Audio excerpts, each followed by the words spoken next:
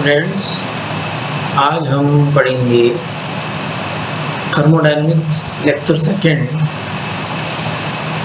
Statistical physics and thermodynamics lecture second. इसमें एक महत्वपूर्ण क्वेश्चन आता है macro states and micro states पर।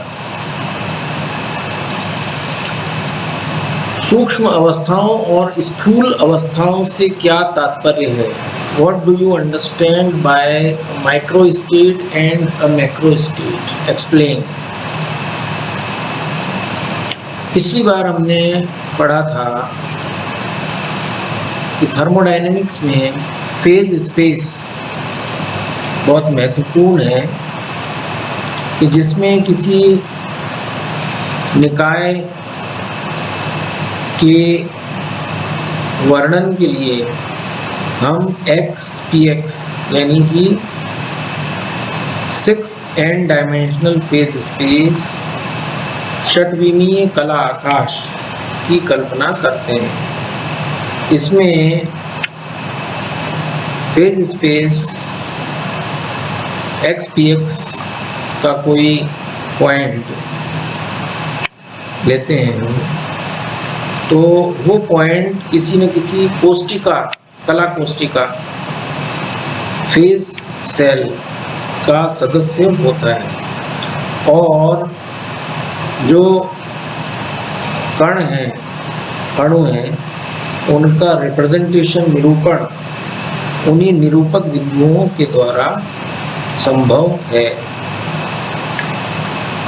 सूक्ष्म अवस्था क्या होती है? कणों के किसी निकाय की सूक्ष्म अवस्था वह विशिष्ट अवस्था आर है जिसमें कि निकाय पाया जाता है, जबकि निकाय की सभी संभव ऊर्जा अवस्थाओं को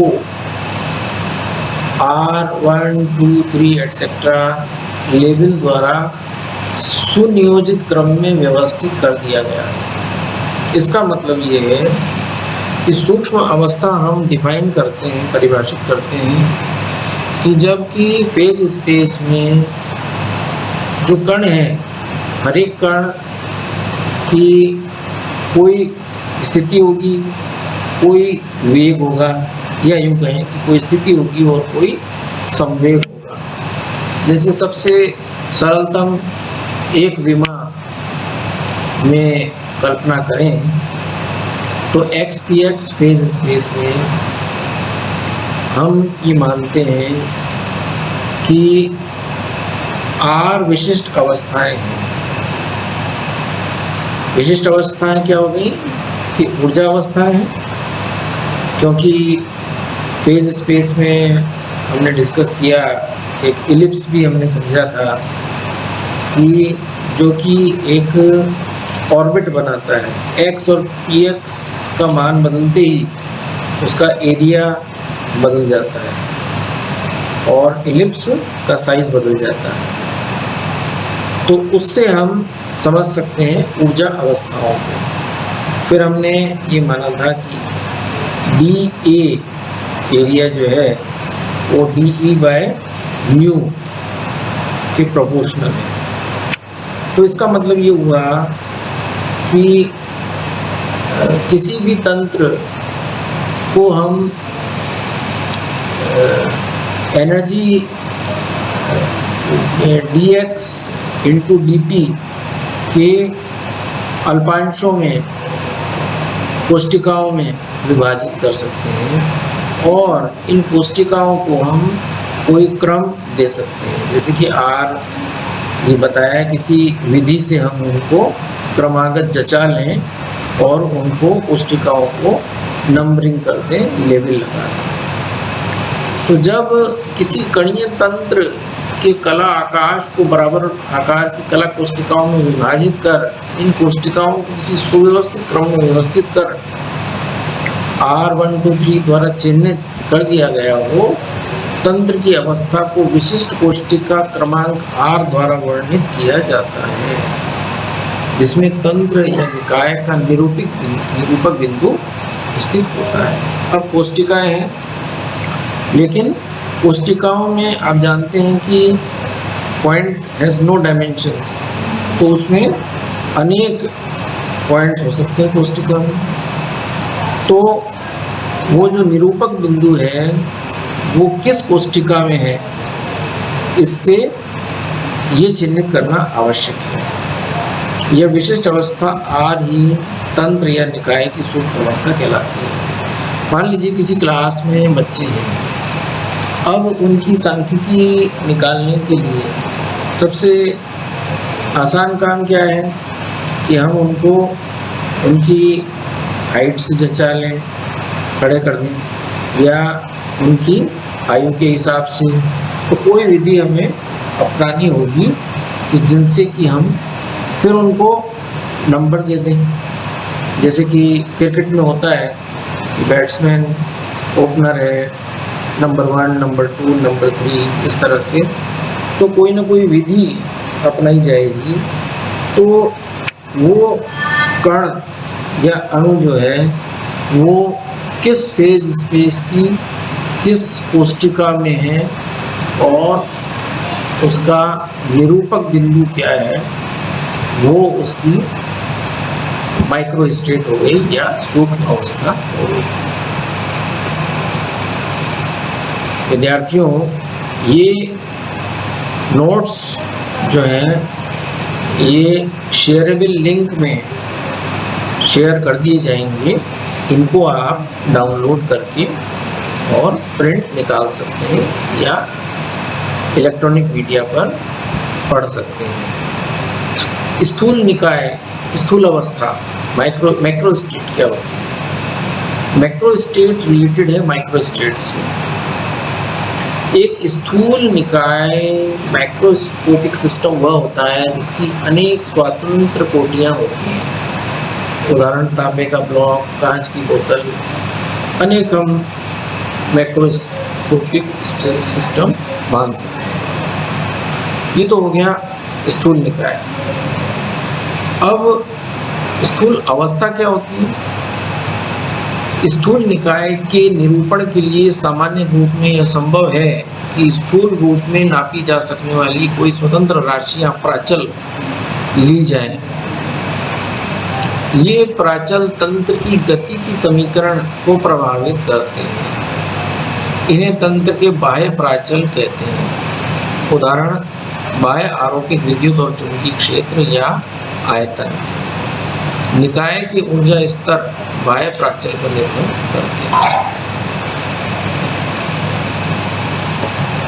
माना निकाय की कोई क्वांटम अवस्था R, इसकी ऊर्जा ER द्वारा वर्णित है, वो E फलन होगी इन प्राचलों का, x1, x2, xn, जैसे ताप है, दाब है, इनका प्राचल हो सकती है। अब हम किसी गैस की अणुओं के बारे में जो इंडिविजुअल डायनेमिक्स है उसके बारे में तो विचार कर नहीं सकते, क्योंकि वो इतनी बड़ी संख्या में है। तो इसलिए हम सहारा लेते हैं ताप, दाब या इस तरह के बाह्य प्राचल, आयतन है, इनका सहारा लेते हैं। तो निकाय की स्थूल अवस्था वो हो गई कि जो निकाय के बाह्य प्राचलों द्वारा वर्णित हो, साथ ही यह उन अन्य कारकों पर भी निर्भर करती है कि जो कि निकाय को प्रभावित करते हैं। यदि हम किसी विलगित निकाय की स्थूल अवस्था की चर्चा करें, तब स्थूल अवस्था निकाय के बाह्य प्राचल जैसे निकाय का आयतन, कुल ऊर्जा इत्यादि से वर्णित होती है। कणीय निकाय या निरूपक युग्म इस स्थूल अवस्था की कुल ऊर्जा एवं बाह्य प्राचलों द्वारा वर्णित होते हैं।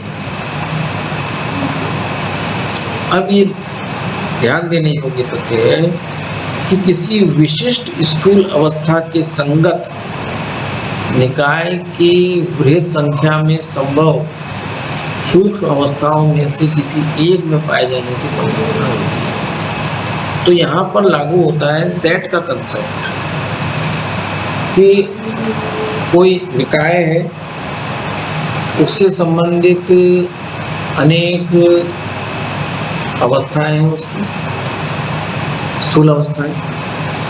वो स्थूल अवस्थाएं पैरामीटर्स पर डिपेंड करती हैं, पैरामीटर चेंज करते ही वो चेंज हो जाती है। अब सूक्ष्म अवस्थाएं अनेक है, क्योंकि निरूपक बिंदु अनेक है। निरूपक बिंदु बदलते ही कोष्टिका बदल जाएगी, बदल भी सकती है, नहीं भी बदल सकती, लेकिन ये संभव है कि किसी एक कोष्टिका से दूसरा में चला जाए कण। तो क्यों? क्योंकि कण स्थायी नहीं है, कण स्थिति और संवेग के कारण चलायमान है, यही उसकी ऊर्जा होगी।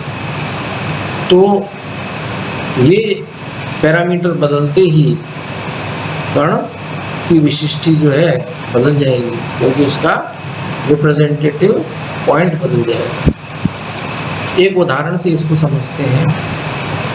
दो निकाय ए और ए डैश परस्पर संपर्क में है और अन्योन्य क्रिया कर सकते हैं।